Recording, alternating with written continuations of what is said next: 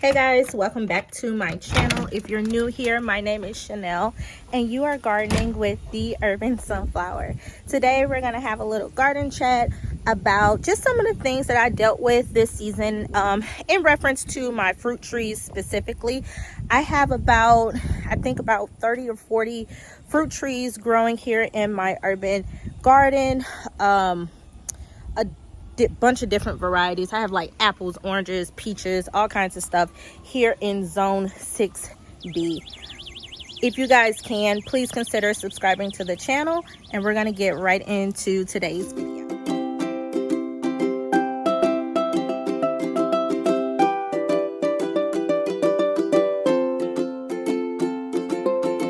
So here is my fruit tree collection.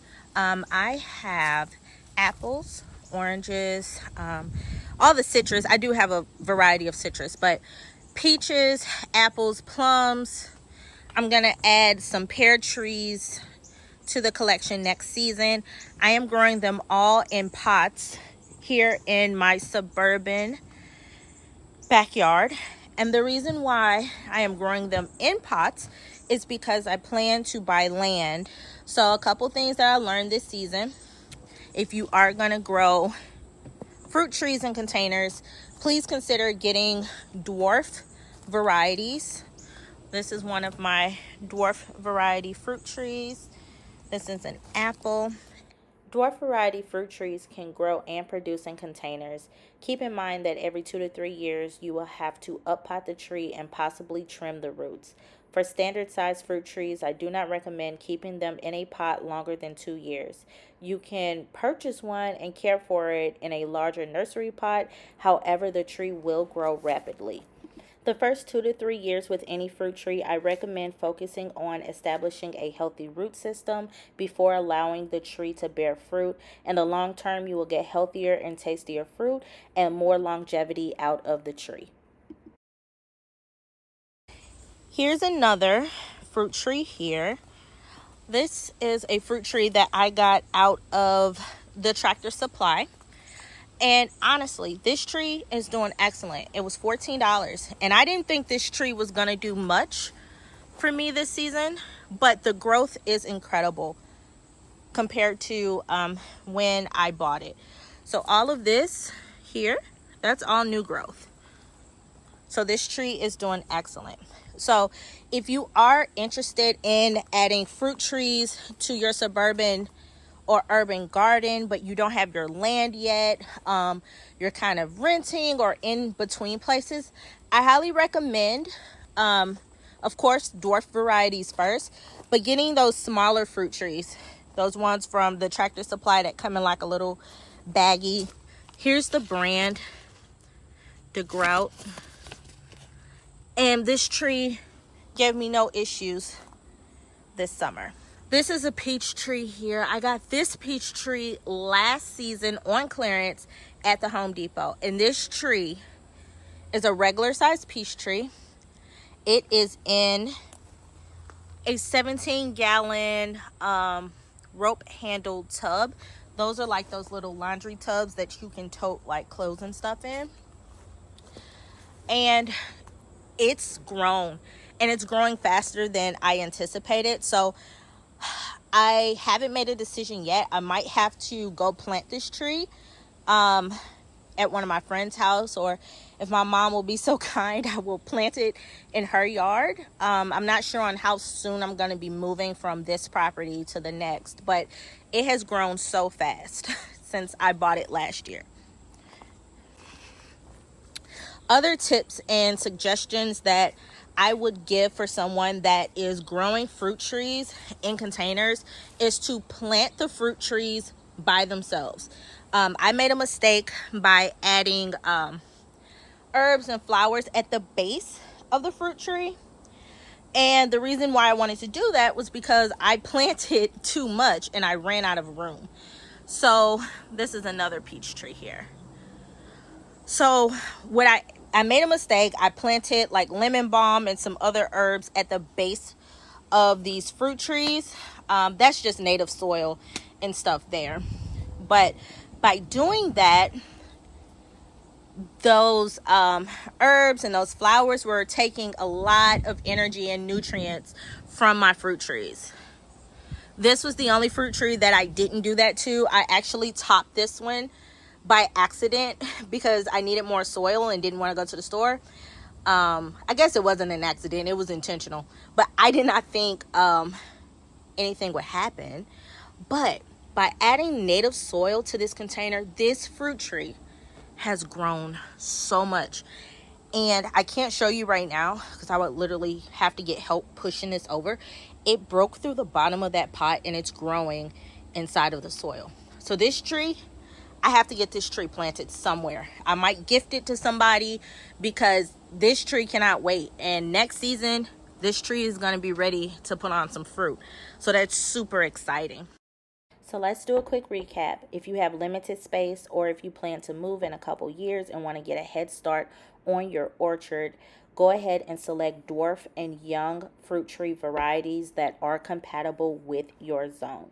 You want to avoid planting anything at the base of your fruit tree, especially if it's in a container, because it can rob your tree of vital nutrients during the growing process.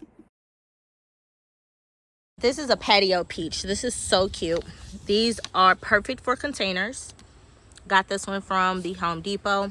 It looks a hot mess. Please don't judge me. I'm going to make sure they're good. They're going to overwinter real good. I'm going to keep those roots nice and healthy. And next season, they're going to be ready to rock and roll and put on some good growth for me. So, I mentioned I am in Zone 6B, St. Louis, Missouri. And I also have my own citrus collection. Citrus fruits are my favorite fruits. So I kind of went crazy on purchasing these dwarf variety trees. Now, all of my citrus are dwarf varieties, and they did excellent inside of this greenhouse this season. All of this new growth. Some of these fruit trees I purchased this year. Most of them I purchased this year, and I had a handful of them from last year. Last year, I tried keeping them in the greenhouse over winter, and we got that crazy freak frost, and it killed them. But look, it came back. If you're in a cold climate or a cold zone, zone 7 and below, I believe, bring your citrus trees inside the house before the first frost. I recommend treating the soil with some mosquito bits just to reduce the number of fungus gnats roaming throughout your home. This is totally optional, but you can also insulate the top of the soil with some straw. They should be placed in a south-facing window throughout winter. You will also water your citrus less and wait until the soil is about 1 to 2 inches dry before giving them some water. Fertilizing them on a monthly basis will still be required throughout winter, and you can bring them back outside after the threat of the last frost. Make sure you do your research. Temps in here over the summer were like in the hundreds. And, you know, they love those hot temperatures. I watered them twice a week during those hot temperatures. You know, citrus, they don't like wet feet. So I'm pretty stingy when it comes to watering them. And in the wintertime, I give them one last good watering. Before I bring them in, I let it air out for about a couple days. And then I mulch the top of them. And they go inside of my grow tents. I have 2 of them inside of the house. Growing fruit trees in containers can be super tricky. I'm not gonna lie, I am a lazy gardener, but growing them and keeping them healthy inside of a container requires a little bit more effort than if you were to just grow them traditionally in the ground. My tips with growing fruit trees in containers is to make sure they stay well watered, especially if it's a young new fruit tree. Make sure you get an appropriate sized container for them. I believe that this size worked out perfect for me. And you can find those tubs in the laundry section at Walmart or in the tote storage container section. And they were pretty inexpensive. They were about $10. The containers here I got from the hydroponic store, and they were fairly priced. But understand that trees like this, you see how skinny this guy is compared to this one. That one had more room to spread out, and this one didn't, so it didn't grow. This tree is actually the same size that it was when I first purchased it. So this tree is going to get uppotted before winter.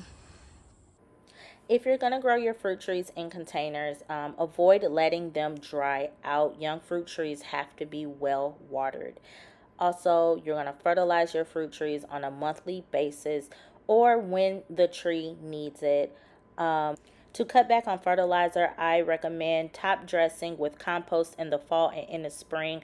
And also in the fall, top the top of your trees with some shredded leaf mulch. By doing that, you can kind of fill in the nutritional gap for the nutritional needs that the tree might need and use less fertilizer overall.